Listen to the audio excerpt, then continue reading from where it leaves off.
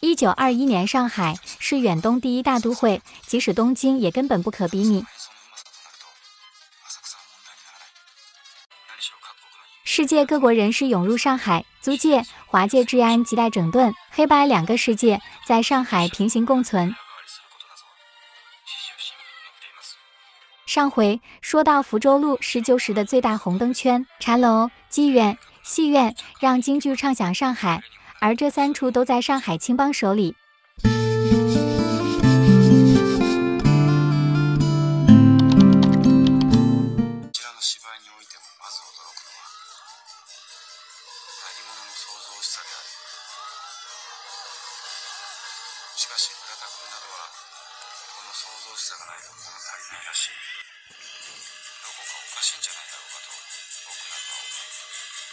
芥川龙之介在上海和北京看了60多出京戏，在上海为他做向导的村田滋郎是个京剧通。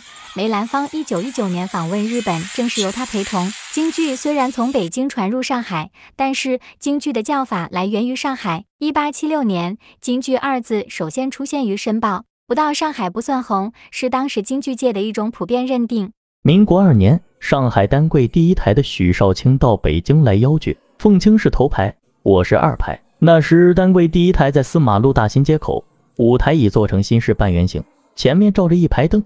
那时全世界才刚用上电灯不久啊。初出茅庐的梅兰芳在王凤卿的力保下，初次登上上海的单柜第1台，一炮而红，从此与上海结缘。彼时西风渐进，上海报业崛起，造星运动如火如荼，申报的戏曲广告正式推手。单柜戏台创办人许绍卿与梅兰芳之后合作多年，可谓是双赢。但许绍卿最后落得人财两空，与当时上海崛起的新势力青帮很有关系。梅兰芳唱响上海的1912年，上海商业奇才黄楚九创办了当时最大的新兴舞台，并在其屋顶开设上海第1座游乐场楼外楼。单柜创始人许绍卿于1916年接手此处，改名为天长舞台。直到1929年，经历几次易主，搬迁到福州路，天长舞台保留至今。而这块当时最大 IP 则落入了青帮大佬顾竹轩手里。青帮是上海往事的一个主要标志，主要沿运河发展，门徒多为沿岸运漕船工。青帮的腾飞与辛亥革命不无关联，甚至是道义有道。比如青帮第一牛人陈其美以上海为中心开展同盟会工作成效最大。这一期间，陈其美为同盟会和青帮在上海展开反清活动，结交了还是法租界巡捕房华人督察长黄金荣。日后，黄金荣成了与旧上海共存的深刻印记。而天长舞台的老大顾竹轩正是拜在黄金荣门下。正如芥川看到的那样，20世纪初，上海满街都是黄包车，顾竹轩就是拉黄包车起家。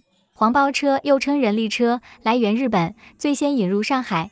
伴随城市化进程，黄包车规模逐日壮大，已经由上海迅速发展到全国各大城。同时，与马车和新出现的电车形成了恶性竞争格局，拉黄包车的都是最底层的穷人。顾竹轩平日里努力拉车，从不投机取巧，后来得贵人相助，助他买下了黄包车公司，加入青帮，还开始经商多种生意。而天长舞台更是成为了上海滩戏院的顶流。然而，天长舞台之所以能被他搞得风生水起，与他青帮背景不无关联。1920年的天长舞台爆炸案揭开了青帮抢夺票房的暗杀时代。只听得楼上轰隆一声巨响，全场立刻起了一阵骚动。楼下的观众不知道楼上发生了什么事情，也都跟着惊慌起来。我抬头一看，3层楼上烟雾腾腾，楼上楼下秩序大乱。1921年，梅兰芳在演出《天女散花》那场戏时，戏院发生爆炸，而此前许绍卿家也被炸弹恐吓事件频频发生，而那段时间正是顾竹轩密谋单独吃下天蟾的时间。果然，1922年，天蟾归于顾竹轩后，一直太平，开启了天蟾盛世。不蟾宫折单柜这句说法，也寓意着当时暗潮汹涌的市场竞争。而京剧界暗杀第1案，正是发生在天蟾的最大对头单柜台柱子常春恒身上。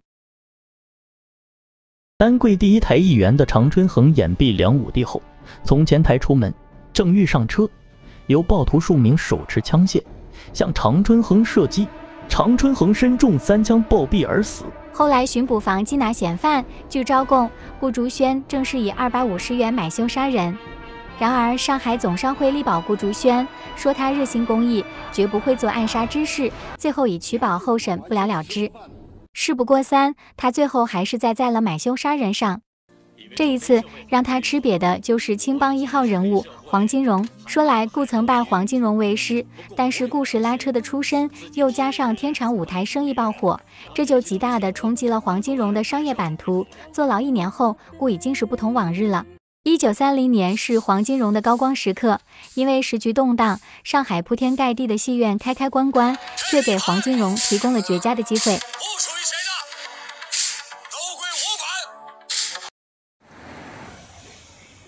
这座看上去像影城搭建的建筑，就是黄金荣于1931年收购的共舞台。门檐下一排排的灯泡，见证了他曾经的星光熠熠。共舞台的原主人黄楚九，前面提到的天场舞台创始者，实际是中国西药业先驱。由著名上海民族实业家黄楚九先生于1890年创建。在他庞大的商业帝国里，中西大药房依然还矗立在北京东路上，只是目前绝大部分人被他登峰造极的另一处产业勾了魂。台盛园，一个靠繁花翻红的没落酒家，在100年前正是黄楚九开的九福制药厂。隔条马路就是游客来朝圣的和平饭店。不过建厂之时还没有他呢。说回共舞台，则不能脱离它的出处。虽然现在已经和100年前不可比拟，但是那时候有一句话很盛行：不到大世界，往来大上海。始建于1917年的上海大世界是远东第1大游乐场，里面文娱活动有各类戏剧、曲艺、杂技等60余个项目。对那时上海市民来说，世界小，而大世界很大，小到毒贩娼妓盛行，大到24小时银行供随时存取款。大世界外的世界，各种戏台在互卷，而在大世界里则别开生面，百花齐放。露天场地中还安装了摩天轮、空中秋千等机械游乐设施。大世界里的共舞台则更包罗万象，各类剧目轮番上演。黄楚九仰仗黄金荣，请到不少戏曲名流轮番上演。直到黄楚九破产后心梗而亡，黄金荣接手了大世界，并且将共舞台从游乐场划出独立经营。一到夜晚，霓虹闪烁，那是30年代上海的记忆。共舞台高朋满座，黄金荣又在不远处建造了一座几乎以他名字命名额的舞台——黄金大戏院。原建筑于1993年被拆除，建立了一座新的影院，往事只可追忆。黄金大舞台开幕典礼上，还有一位女神，就是孟小冬。黄金荣的左膀右臂杜月笙当已是上海新王，他请多年心目中的女神参加了剪彩，这对于受了梅兰芳情伤的女人来说是致命的。那天后，女神和枭雄走在了一起。青帮还有一位与黄金荣、杜月笙齐名的头目，他就是张啸林。就上海的暗杀，有一阵就是围绕他进行的。上海沦陷后，黄金荣隐居，杜月笙去了香港，只有他出面和日本人合作，成为了他的异姓兄弟蒋介石的眼中钉、肉中刺，决定除去这个心腹之患，但每次都被他逃过，其中有一次就发生在新世界戏台。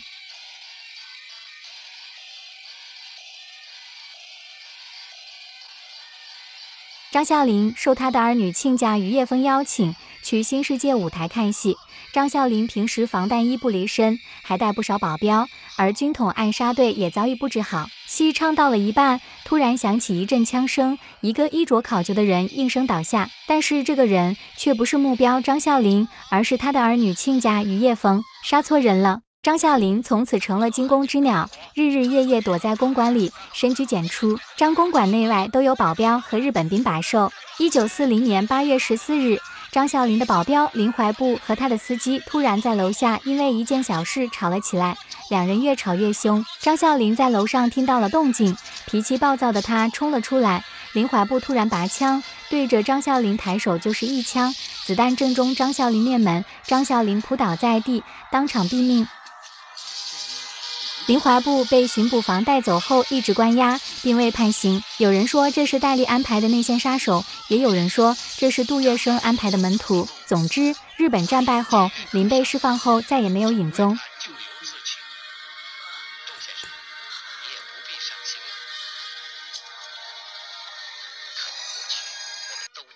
说到青帮的这3位，杜月笙是卖水果的，黄金荣也是个底层，只有张啸林倒是读过书的。杜月笙和张啸林既是兄弟也是对手，关系微妙。但是张啸林投诚日本人，成为了杜月笙割席的导火线。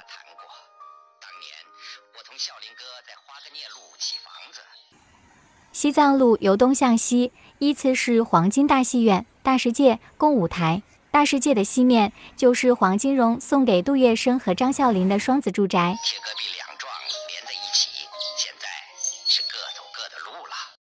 当年沿岸路改造，拆除了这2座。谢尔加拿大华裔黄修治花3倍于市场的价格把整栋杜公馆买下来，将整栋房子完整的迁移到了嘉定。上海滩自称杜公馆的地方不少，唯有这座是他真正住过的。1921年的上海远不止只有青楼和青帮，辛亥革命后，上海的各种思潮涌入，也吸引了全世界的人士齐聚上海，这构成了近代上海社会的多面性和多样性，新旧交融，中西碰撞。那时候的芥川龙之介也未必料到他遇见的那条很长的路，竟然在其后20年便执掌了天下，而且走得真的很长。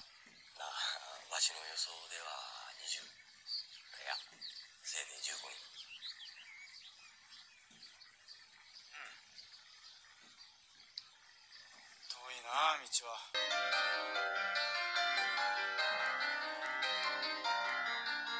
結局集まったのは13人であった。